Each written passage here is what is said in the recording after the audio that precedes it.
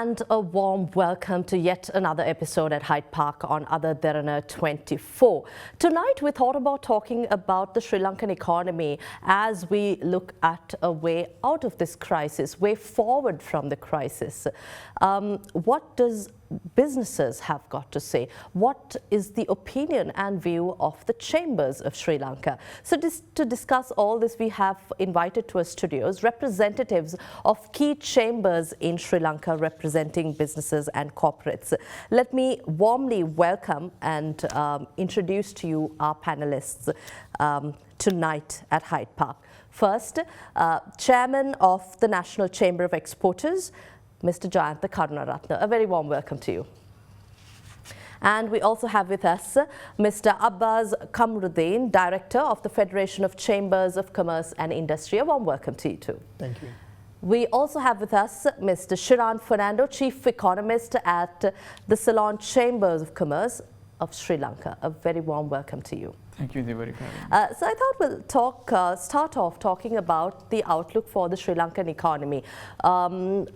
The stance of respective chambers of how we're performing as we look at ways out of the crisis and believe we are on a path to recovery. We'll start off with Mr. Karunaratne.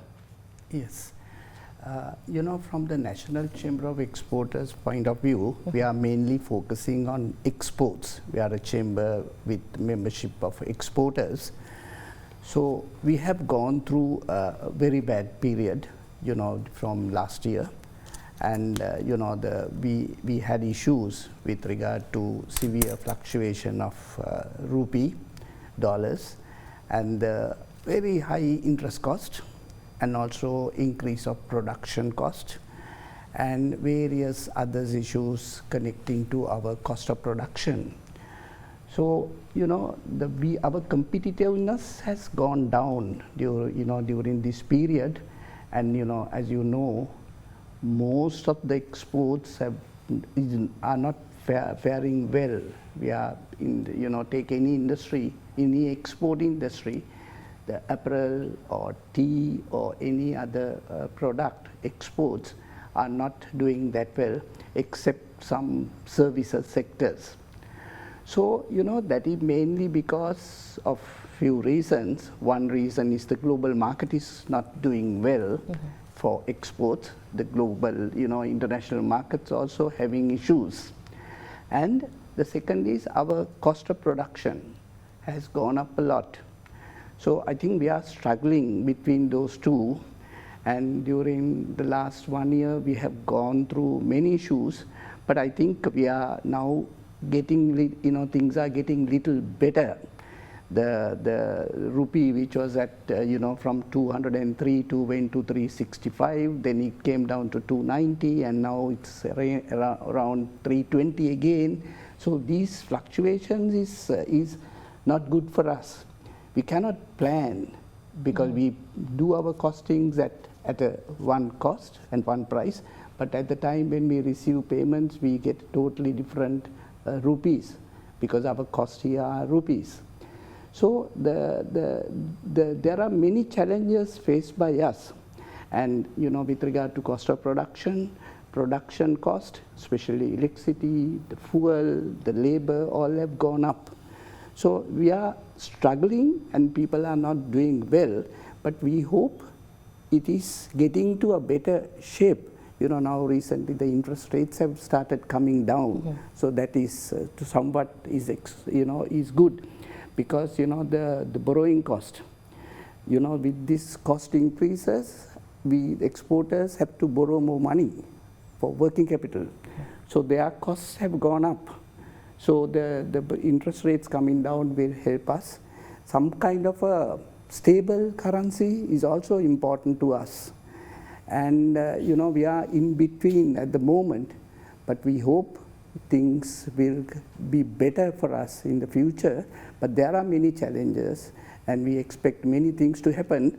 So we are still not 100% sure which way we are going. But we are anyway prepared to face anything.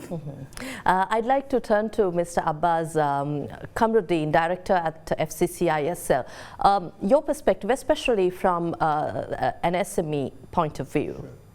So I think as FCCISL being the representative for the Federation of Chambers, including all the regional chambers, we do have 25,000 plus enterprises directly within the membership, and a majority of them are small medium enterprises and small medium industrialists. And I think as Mr. Karunaratne has eloquently put it, a lot of the short-term challenges apply to these SMEs as well, especially with regards to financing, especially with regards to currency rates. All these are applicable as well. And I think we are seeing, we have to appreciate the fact that the turnaround has been quite good currently. And the economy is progressing or improving at a far more rapid pace than what we expected initially. So while that is there, I mean, we believe that that's just a band-aid, or that's just a band-aid to a wound which is still festering. And I think the root cause needs to be identified as to what we need to do to become, Sri Lanka cannot operate in isolation anymore. We are part of a global economy. And in line with that, we need to become more competitive. We need to address the factor that our competitors are no more within Sri Lanka. We have got every business as competitors in Philippines, in Bangladesh, and these economies are doing way better than us. And I think some of the root causes that I would like to touch on very briefly is that the financial discipline aspect of it, when it especially comes to small medium industries and small medium enterprises. I think in the long run we need to address financial discipline. Simple things like don't spend more than what you earn, or make sure your investment decisions are wise, make sure the risk element is identified. The second aspect of it is we are having a huge productivity issue in Sri Lanka in the long run. If we want to get out of the challenges that we are facing in this country, we need to address productivity issues. You speak to anyone internationally who's looking to invest into Sri Lanka or looking at other alternatives, they'll tell you that productivity is a key factor. And we need to see how the work ethic within the country improves, and we can get more productivity out of our workforce. Another key issue that I would kind of like to touch on is our education system. We really need to revamp. These issues that I'm talking about, the smaller issues can be addressed over a period of the next 1 year or so. But it's not going to solve our problems. We are going to face this situation very soon once again if we don't address some of these root causes. So education system revamping, we've been talking about it for many, many years, but it has not happened. I think it's the role of everyone, from government to the parents to the industrialists to every element of the society to ensure that this happens, this change happens, because our workforce currently is not suitable for the market, unfortunately. So these are some of the issues that need to be addressed for us to move forward and have a more long-lasting solution. I'd like to turn to Mr. Shiran Fernando, Chief Economist at the Ceylon Chamber of Commerce. If you may also give us, with your research background, the perspective to the Sri Lanka's crisis and especially CCC's stance right now. Sure. So I think as the gentleman mentioned, 12, 18 months ago, things were not looking too great, but I think something that the chamber was really backing towards is to get towards this stability, and one anchor is really the program that we have now with the IMF, which has really unlocked other support from multilateral agencies and some of the other supports we're seeing from some of the other countries. The other thing we've been really looking at is, of course, the debt restructuring process, which I think now has progressed, and hopefully by September, October, there'll be positive news both from our bilateral and some of our bondholders as well. So if those positivity comes in, we unlock the second tranche of the IMF program. I think the stability period that we're having can continue. But as Abbas and Jayantha mentioned, I think to continue it, you really need growth-oriented reforms. Because if you look at, if you even look at the last decade or more, we've had maybe 2 to 3 IMF programs. Is because we do the initial macro stabilization measures for the economy, but we don't couple it with the structural reforms that are required. We're seeing early signs of it. I mean, if you look at something that is really an issue for the private sector is in terms of the labor laws. Now you have a proposed labor bill that is looking to amalgamate a lot of the legislations because there's multiple legislations. There's lack of recognition for new things like part-time, contract, flexible work, which service industry, for example, requires. And also being more friendly to have more women also in the labor force, which is something which has been a hindrance and not really a pro-growth initiative as well. So we're seeing elements of the reform progress, which we should have done 20 years ago, which we're now doing to complement an IMF program. And I think the important thing is to see these through, because if it gets stalled halfway, then we're not going to see the exports climb up to a sustainable level, so that when we have to restart paying the debt, we will have those extra dollars in hand to pay it. So I think that's kind of in short how things are. I think the next 6 months really depends on how we progress with the debt restructuring, the talks with the IMF. But beyond that, it's really how much of the reforms can we own, can we implement. And I think the private sector, the Chamber, has been supportive of a lot of these initiatives, and we want to see it through and see some wins, which will trickle down actually to the people. Shiran, you mentioned debt restructuring. There has been a lot of debate, conversation, concerns about the domestic debt restructuring aspect of it.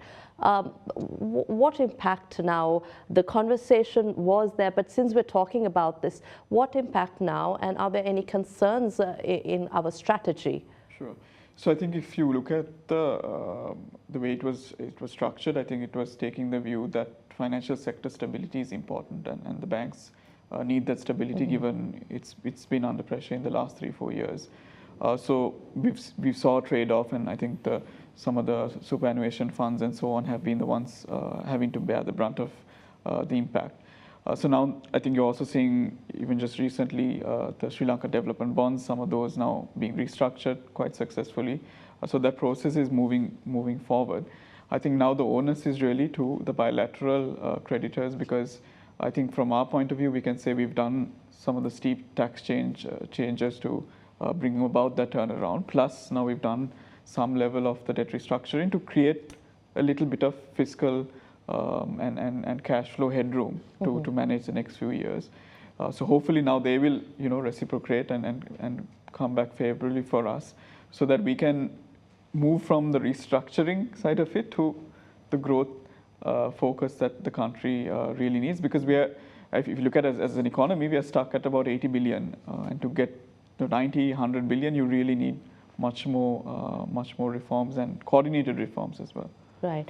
I thought of talking about Sri Lanka's economy, but at the same time, FTAs, Sri Lanka's exports, and ease of doing business. So we'll take one topic at a time. Mr. Karunaratne, you will be able to comment on also exports here, and tea, especially as a past president of the Tea Exporters Association.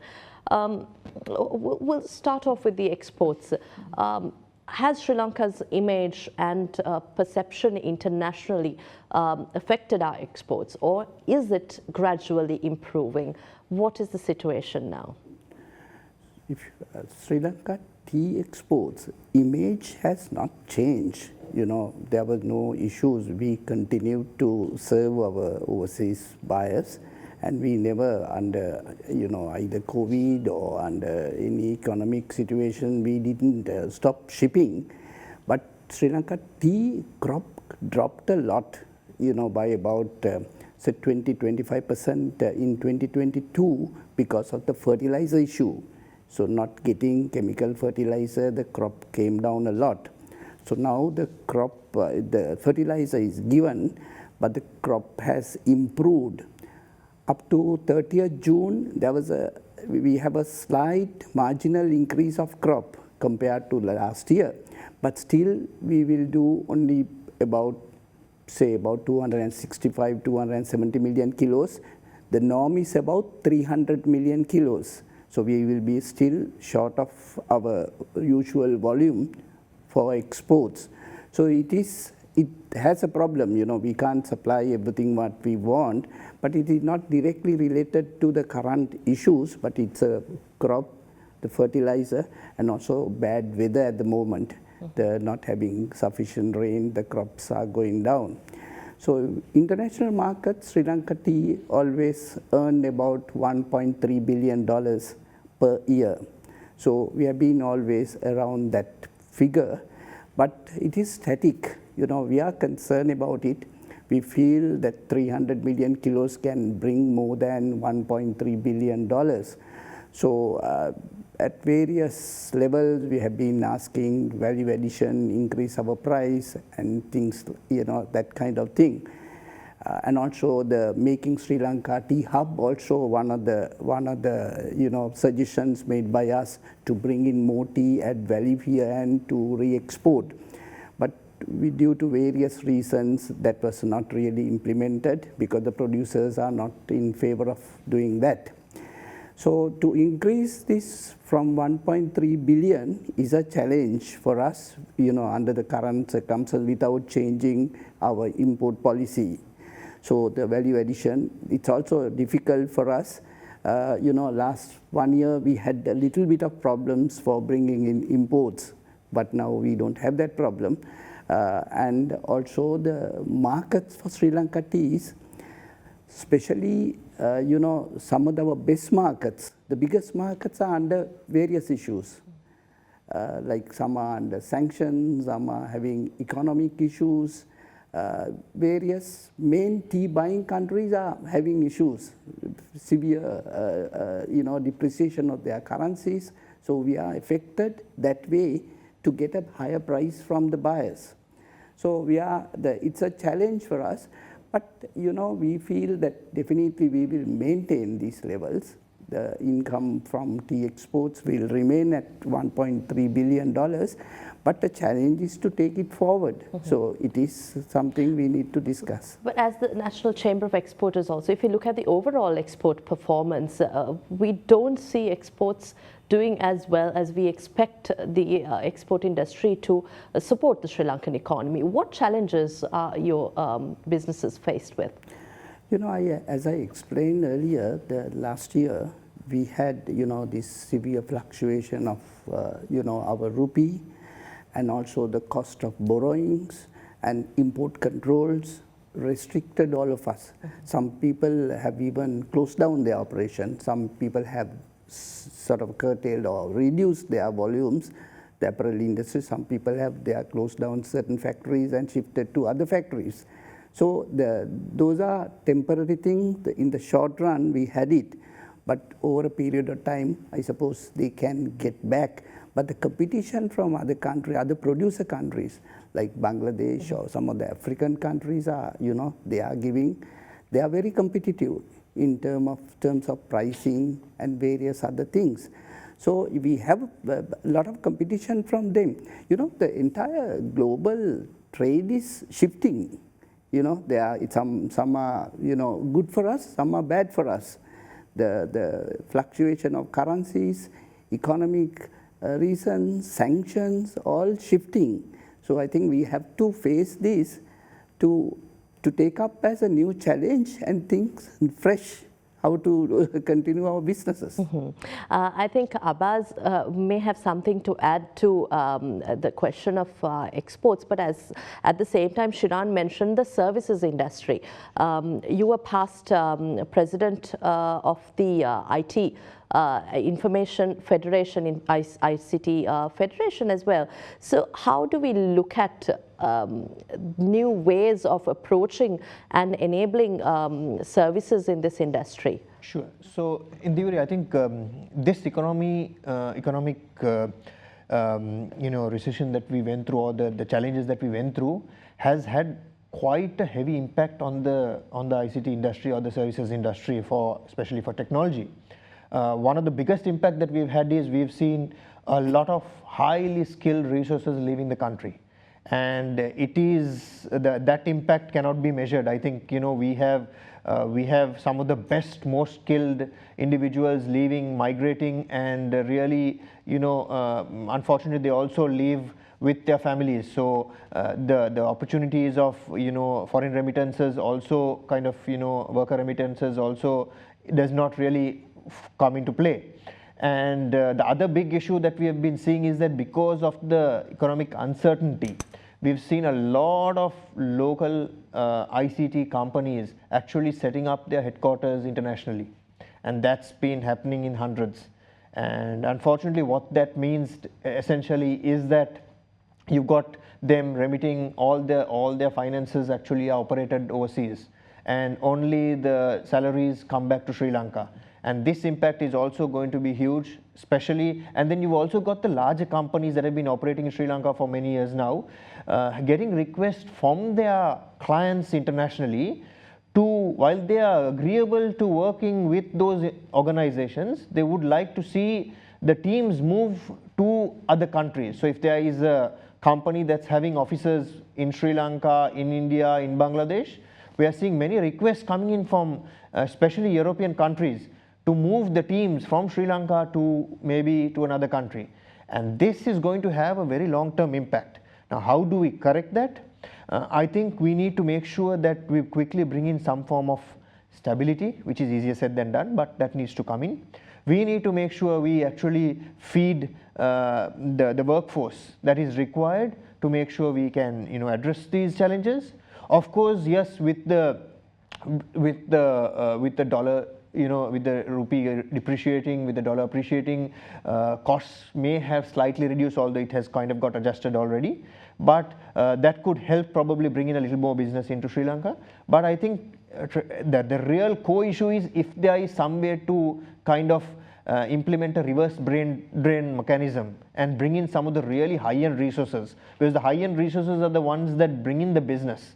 Resources that are really good and bring in the services from various global countries. We don't play in numbers, we play more specialized services is what we provide, and you really need these high-end resources. Most of them have left. They've gone in, they migrated for better pastures. So I think we'll have to come out with a really good mechanism for reverse brain drain. I think FDIs, this is something we've been talking for a long time, and the ease of doing business in Sri Lanka. There's a long way to go, but what immediate steps does the CCC also see that Sri Lanka and the economy should see going forward in order to create that enabling environment to attract more investments to the country and talk about that level playing field we've been speaking about for so long? Sure. So I think if you go to any of our discussions at a chamber level, the number one thing you hear is policy consistency. But that means a lot, especially for foreign investors, because Sri Lanka is not the only investment destination. While we've been going through our troubles, I think if you look at Vietnam, Bangladesh, Vietnam, for example, they get 5% of GDP in terms of FDI every year almost. And if you look at their story, it's almost a 20-year story of initially improving the ease of doing business, creating zones, enabling companies to plug and play, that we saw in the 2005 period onward. Then I think from 2010-15 onwards, we've really seen them integrating with markets, which is the FTA market access side of it. So for anyone coming in, looking to set up in China, they want to diversify, there's Vietnam for you. And then you can plug and play with their infrastructure as well. And of course, they have a workforce that is also relatively young as well. So what policy consistency means is that you have that 5 to 10 year or 20-year plan where you are going to attract these serious investors, not these fly-by-night investors who might look for a quick return and then exit, but those who will, some of the big names who you want from manufacturing, who you want from services, setting up in Sri Lanka and looking at Sri Lanka either as an export hub or even a re-export hub.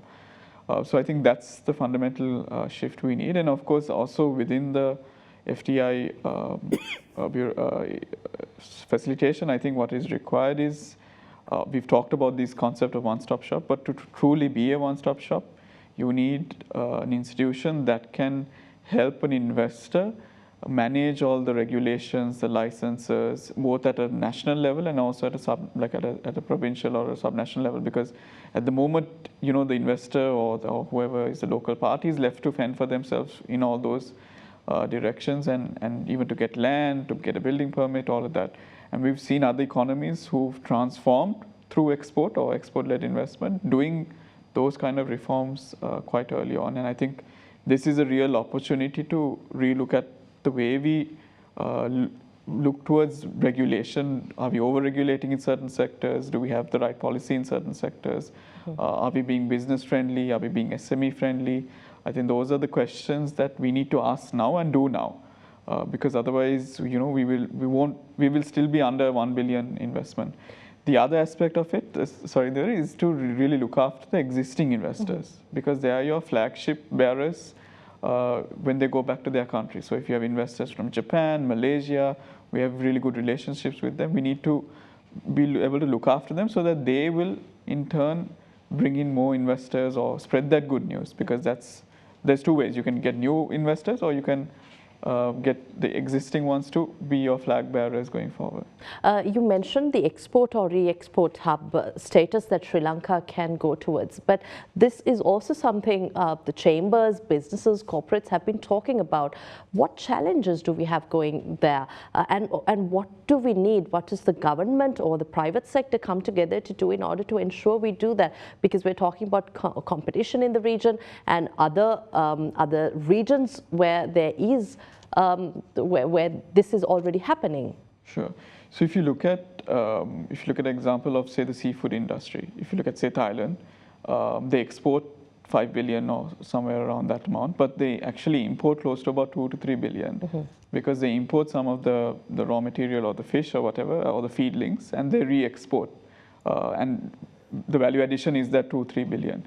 But if you look at Sri Lanka, it's quite difficult to do that, because you have periods where you have import restrictions on certain feed. You don't maybe allow certain fish items to come in. So it's very, it's not pro for a re-export kind of a destination. So that's one example. And there are other industries like that where we need to think of it from a value chain point of view. Of course, you have the local inputs coming in, they get value add, but there are the imported inputs which need to come in, get value added and get exports. And the key, once you get the regulation done, is the key part is the free trade agreements, for example. Like that's where, where if you are negotiate well with these importing countries, in particular in the East, you can get some of those at almost zero duty or duty reduction when it comes here. So for the domestic producer here or the exporter here, they will be able to reduce their costs and become competitive, to what Jayantha was mentioning in terms of competitiveness. That's how you see competition through these kind of agreements that you have with other countries. You might have something to add to that, Mr. Karunaratne, FTAs and also improving output also as an economy, and talking about an export hub for Sri Lanka. Yes, I think before going into that, I would like to, since Shiran has said about, you asked the question of ease of doing business.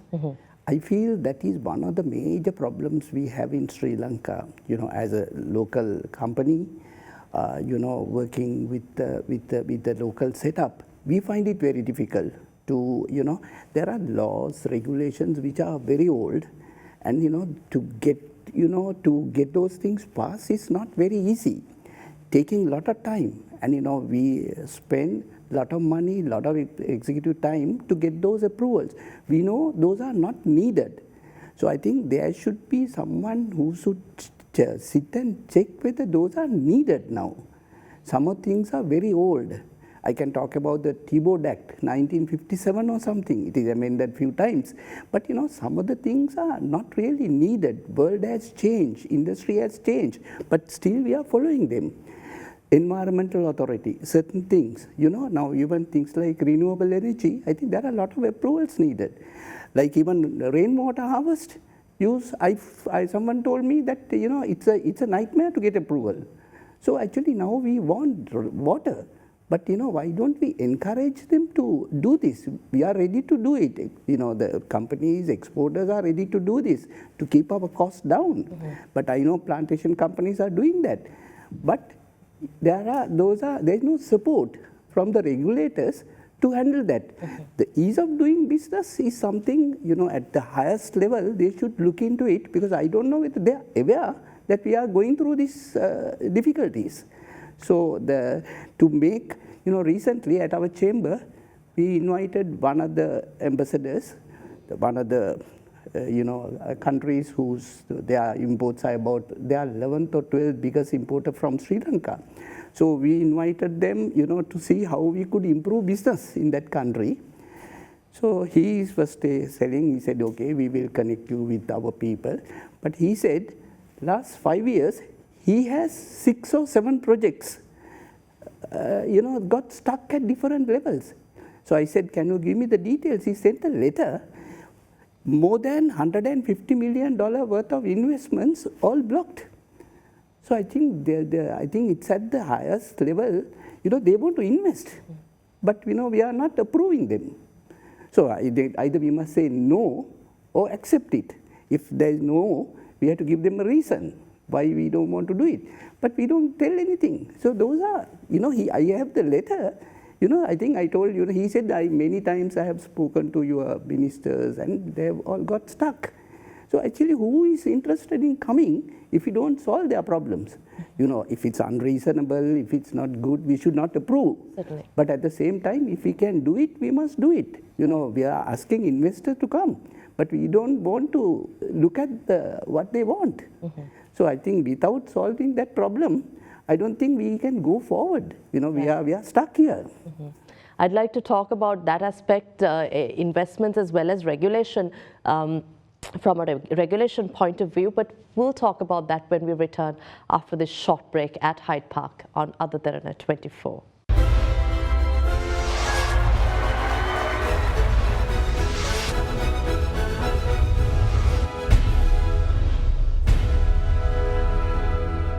Welcome back. We're talking about Sri Lanka's path to recovery, and we have representatives of key chambers in Sri Lanka. We were talking about domestic regulation. This is an open question. What do we need to go ahead with in terms of domestic regulation and do away with? Let's start off there. I think I would say that in most areas we are overregulated, or our regulations are very archaic, and those need to be addressed for sure. If you take, I think, like Jayantha mentioned, it's some of these approvals when it comes to environment related, etc. Most countries have, modified them, have improved on them, have worked on new research, new science, and, they've been modified and they've been expedited. These things need to happen. Some of our, legislation is very, very old, and acting on them sometimes does not have a real clear purpose.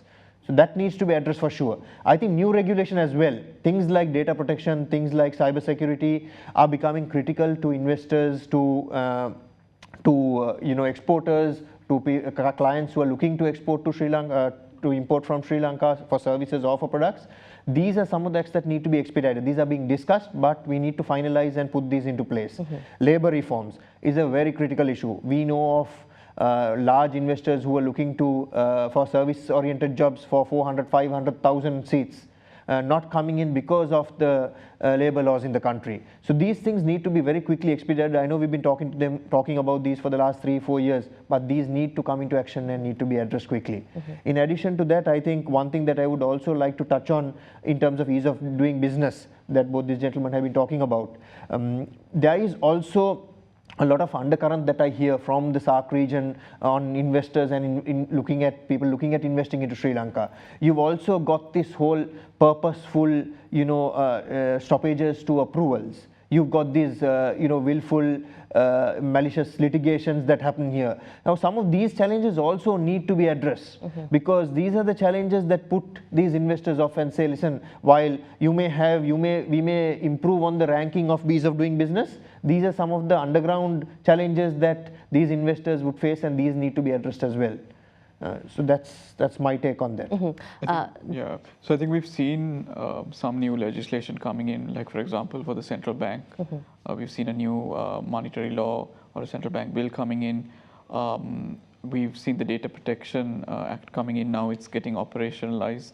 There is a cyber security bill that is before us as well, which will come in. So there are, I think, pockets of good reform and legislation coming in. I think we saw an anti-corruption act also being passed. But we need some of the others, like for example the labor one. I think that's a crucial part. And as much as we view migration out, I think we should be thinking of how can we attract labor in, because if you look at a lot of countries that have done well in services in particular, it's through by attracting key talent in. And I mean, even if you look at IT, you need very specific talent needs at very high levels, or I don't know, at a data architecture level, things like that, which sometimes the talent is quite scarce. So that is how you can even leverage free trade agreements, because even with, for example, with the Singapore Free Trade Agreement, there are investment chapters and services chapters where it details you what kind of skills can come here. So I think those are tools which people must know, and we must be able to really leverage on. Other than that, I think from the trade side of view, I think we have a lot of archaic laws like the Customs Act, which has been, it's an ordinance which is pre-independence. So you can imagine how old it is, and I think that still doesn't favor digital trade. And we're still doing a lot of things with paper and things like that. So questions of governance and all of that comes into play. So that is important, because by 2030, we do have commitments to the World Trade Organization in terms of improving our trade system, the way we facilitate exporters as well. And the man hours will reduce if we do some of those, and we shouldn't wait for 2030 to do it. And that's what, from the chamber side of view, we're in some of these things like the National Trade Facilitation Committee, a lot of these initiatives to push some of these bureaucrats to take the action now, because the man hours that spent on getting this clearance for Jayantha's tea could be well spent on the same hours looking at where can we export next to, can we think of another destination. So those are the conversations that should happen but are not happening because of these regulation. Talking about FTAs also, the President himself spoke about RCEP and Sri Lanka's application to RCEP. Then we're looking at market access, especially to India and the African market. So with that, what does it mean for Sri Lankan businesses, and what should be careful about? Because there is also a narrative being built up that that more access means Sri Lankan businesses are going to go out of business. But then we know around the world these trade agreements have paved the way for greater economic development and acceleration. So what does it specifically mean for businesses and industries in Sri Lanka? So if you look at Sri Lanka's trade basket, we import a lot from India, China and the East, but a lot of our exports go to the West. If you look at Europe, the US and so on. And in those countries, we have some level of trade, like a trade access program or a market access, be it GSP or facilitations like that. What is required now is that integration with the East. So I think we have a FTA with India. Of course, there needs to be certain amendments done to it. For example, recognition of the standards and labs certifications in Sri Lanka, because that's a key issue. Then we have a lot of quota issues related to maybe apparel and tea also. So I think those are the things that the industry has been asking the negotiating team to work through, and hopefully we'll have a refined free trade agreement with India covering services and other things. With China as well, I think it's a similar story because it's a big market. We do import a lot of items, so I think there also we're looking at it. Thailand, I think, is the one that has progressed the most in the recent two times as well. And even from that, I think the interest from a Thailand point of view is, can they leverage Sri Lanka as a re-export hub to the SAARC region or to India or to Bangladesh as well. So I think they are seeing that opportunity. Our exporters and our industry must also see what we can get from exporting more to these countries. And the overall direction, I think these are pieces of puzzle to get to the RCEP, which is 15 countries, including China, including Thailand as well. And it's to see whether we align ourselves. I think it's a journey towards RCEP because not many countries have joined the bloc from the original list. So for Sri Lanka also, it's a learning curve. We have to see whether our standards comply, all of that. But at the end of the day, it's to provide that market access, because we are heavily weighted towards on our exports towards the developed nations or the western side of it. We need to now integrate more with the East, so that when you have a global shock in the US or Europe, we are guarded because we have more exports, and that's the whole diversification story. So it needs to sync. Right. I think the narrative against FTAs takes precedence because we don't do the other things. We don't do the labor reform, we don't do the tariff reform, we don't do the customs, the other reform. Those enablers need to come in, and then you have something like a FTA which is favorable, that allows businesses to make use of it, because certain businesses have, I mean, if you look at the Indian FTA, some businesses have really leveraged it and are doing quite well in these markets.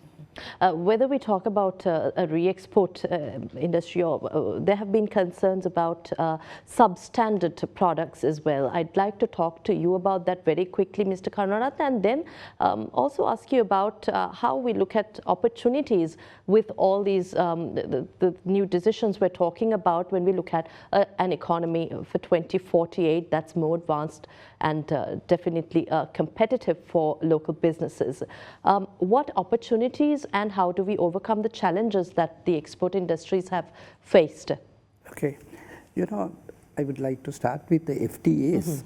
You know, even our chamber had a kind of a meeting with the officials and also with the trade, with the members about the FTAs. We have few FTAs already signed.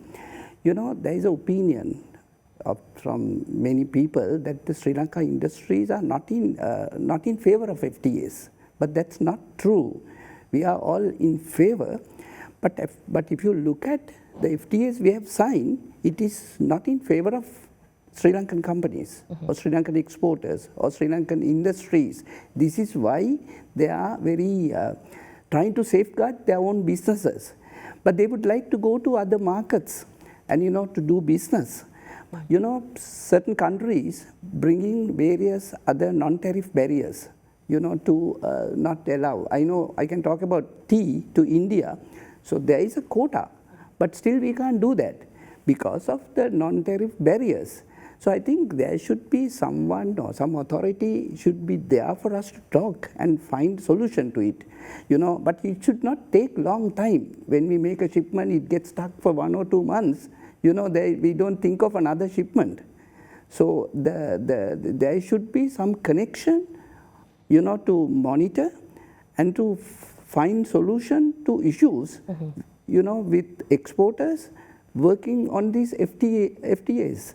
So I think without solving that, we cannot go forward with FTAs. We can have, you know, many FTAs, but only thing is we need another layer of monitoring process to see how our people are making use of it. So that without that we can't work on it. With regard to your next question, that the challenges we have, you know, as we all discussed, there are many challenges we have. You know, as a country, as an exporter, we have many challenges. One thing is to getting into new markets, to come out with competitive products, the cost of production. So all those are problems with us. So we are working towards it. But, you know, some of the things can be solved by the regulators here. You know, they can solve issues, you know, like, our cost can go down without any additional loss of income to them. But those are small things they need to settle. Like, you know, certain overhead cost can be reduced without making any additional cost to the government. So those can be solved. You know, they can look into these problems and solve it. Now, like say Foreign Ministry. Now, yesterday we met the Foreign Minister from our chamber and we explained to them what the Foreign Ministry could help the Sri Lankan exporters. So he agreed to give a link, you know, to us and talk to the exporters on regular basis, maybe monthly, with the foreign embassies, because they can give us a lot of data, market changes, various reports, help exporters to build our businesses there. So that cost is already, you know, government is incurring that cost, having that overhead, but they can help us, help people.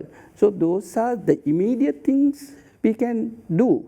But as they explained, we need a long-term view, the 5 years, 10 years plan, because the education and changing laws are very important. We can't go forward. We are now running for this short-term period.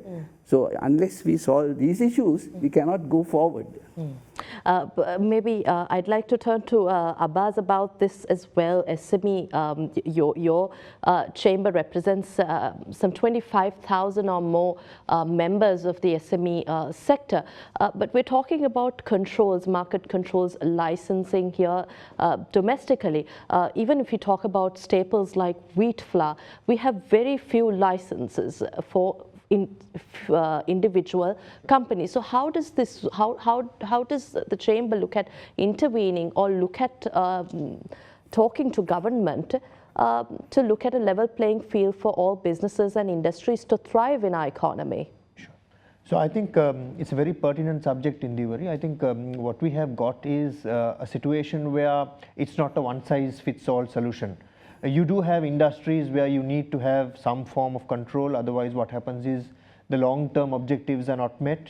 You have got things like R&D, things like innovation which is curtailed, and basically it becomes a survival game, and these are some of these industries do require that.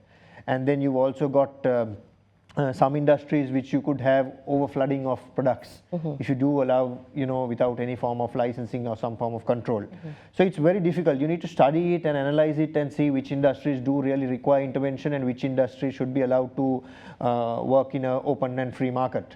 I think that one of the biggest challenges that we are seeing is that you're occasionally seeing these licensing and these kind of controls leading to monopolistic and oligopolistic kind of situations where there is kind of agreements between these parties to control the markets under certain circumstances. We did see that a lot as well very recently. I think a lot of consumers had to face difficulties because of these challenges, especially during the limitations in currency that we had throughout the last few months. So I think we need to have a very strong independent body to make sure to monitor and to control such license-based industries, and to make sure that there are some very strict policy frameworks in place to control them and to make sure what they can do and what they cannot do. And I think anti-monopolistic kind of policies need to come in. Something needs to come in to make sure that actions can be taken, definitive actions can be taken against those that are using these licensings and these controls to basically to inconvenience the consumer. So I think those, yes, but I wouldn't say to do away with all licensing and all these things, because I believe if you take the telecom industry, for example, I know firsthand that by having too many licenses awarded, you could have a situation where you don't find new innovation, you don't find new technologies coming into the country, because everyone's just trying to maximize on the little bit of margins that they can make and reduce their prices. So that's an industry that definitely needs to be having some control, and like you said, so many other controls where there could be oversupply. So that's where it stands. I know you'd like to add something to that, Shiran, but at the same time, another question I have, because we have limited time. We've been talking about the pharmaceutical industry. The healthcare system itself here came to question with recent controversies, especially pricing of pharmaceuticals. The chamber has several associations, so I'd like your opinion about what is the stance on pricing formulas. Across the globe, we see countries having a scientific approach or a formula that enables prices to be decided. So what's lacking here, and what is the way forward? I'm glad you asked that, and that's related to your question on licenses as well. I think what the last 2-3 years of managing this crisis has shown is that price controls don't work. And banning imports through licenses or things like that also distorts market forces. At the end of the day, what happens to both is, of course, the businesses will figure out ways to manage it, but the consumer suffers at the end. So I think when you look at if you look at from cement to the poultry industry, so many, I think we've tried these price controls, but it eventually fails, because the value, you have to look at it from a value chain approach, because there is feed prices, there is import costs, all of those come into play. On healthcare specifically, I think our key ask over the last few years has been having a pricing formula for at least some of these price control medicine which is in place, because the changes are ad hoc. I think when the currency depreciates, you're not able to adjust properly, and when it appreciates, for example, it's very ad hocly changed. So you need a pricing formula committee. I think there is one established, but it's not really functioning, and this has been some of our key asks to get that going. And then really look at the whole procurement system for the healthcare. And this is something we've been advocating for, along with other associations like the Medical Council, and even we met the Health Ministry quite recently to push this as well, because that needs to be done in a very systematic matter. You're dealing with international companies as well sometimes when you're procuring. And of course, to underlay that, you also have a growing local manufacturing system as well. Even though we're, I think, maybe 75% import dependent, the local value addition part is also improving. They also need to be supported as well. So it's a careful balance, but underlying all that is a pricing formula plus better procurement. Touching on taxes as well, something we have to talk about, but we have limited time. Again, there is talk about targeted taxation. What is your view as an economist? And at the same time, we talk about businesses and corporates being discouraged in instances as these. Will this allow weaponization of tax system, or are you advocating for an equitable tax system? So I think when we've seen ad hoc changes in taxes, I think you're talking about super gains in 2015 that we saw, and then also 2021. That's because of the ad hoc changes we've done to either reduce taxation, and we've come up with a deficit. We need to cover the deficit. You add in a new tax. So I think right now we're in a bit of more of a stable footing. Of course, the last 12 months we've seen drastic changes that has had an impact on consumption and the consumer as well. But that process needs to continue so that at least on the fiscal side we are doing much better. And if we kind of erode it, then you're going back again to finding new measures through taxation. So that's on the tax policy part of it, but I think the key unlocking of this whole tax thing is the administration. How can we, simply widen the net? I think this is a conversation that has been had so many times as well, but how can we realistically widen the net? How can we collect more? There's I think, a large informal economy, there's a large cash economy, a lot of those go unnoticed as well. So I think there are pockets of people you can really, or institutions you can collect more tax money as well, so that you avoid going back to these ad hoc targeted this thing. And I think underpinning all this is we need a culture of paying taxes. I think we don't have that. I think a lot of the conversation is how do I avoid paying these taxes? But overseas, if you look at it, they're willing to pay. Of course, they say, we get all these welfare benefits when you're older, but you need to get to that, you need a strong tax base, which we don't have. So it's a chicken and egg situation in that sense. We have just a minute each for our panelists to talk about the way forward, your recommendations and proposals, representing each of the chambers in a minute each. Yes. Now, with regard to, from the National Chamber of Exporters, we are concerned about this removal of SVAT and bringing in VAT next year. So actually we are not against it, but what we want is if you start collecting that, there has to be a proper mechanism to pay back, because we have had very bad experiences. Some are trying to get more than billions of rupees from those VAT money. So without proper system of paying back the VAT collected, I think it's going to make a big difference to us, because it's going to block our liquidity and we will not be able to continue our usual volume of business. So that is something we are concerned. And the next thing from the Chamber's point of view is the ease of doing business is very important to us. They should very seriously look at it. Abbas? Sure. So I think on behalf of FCCISL, we have a very clear strategy document which we have in place, which we believe the three core mandates of the Federation is: one, to drive SME-led growth for the economy; two is to help more and more industrialists to crop up in Sri Lanka and reducing our imports dependency wherever possible; and the third one is to help Sri Lankan ventures to expand globally. We are in this big fish in the small pond kind of framework. We need to get more and more industrialists to really look at going internationally. Of course, the foundations need to be laid for that. In terms of to achieve these 3 objectives, we have kind of devised a 7-pillar strategy, including entrepreneurial development, including access to finance, access to capital for these entrepreneurs, policy frameworks, addressing policy frameworks, human capital development, that's an absolute must, as well as addressing the sustainable development goals, which opens up so many markets and new opportunities for Sri Lankan entrepreneurs, as well as basically seeing how we could use digital economy. The digital economy element of is absolutely important, because that's the industry, 4th industrial revolution, and we need to make sure that that is inculcated well into the economy. Shiran? I'll keep my remarks short, and I think, as what I said at the start, I think we've kind of stabilized, we've come to a tipping point in that sense. To go forward, you really need to unlock growth. And that growth has to be linked to the different reforms that we were talking about.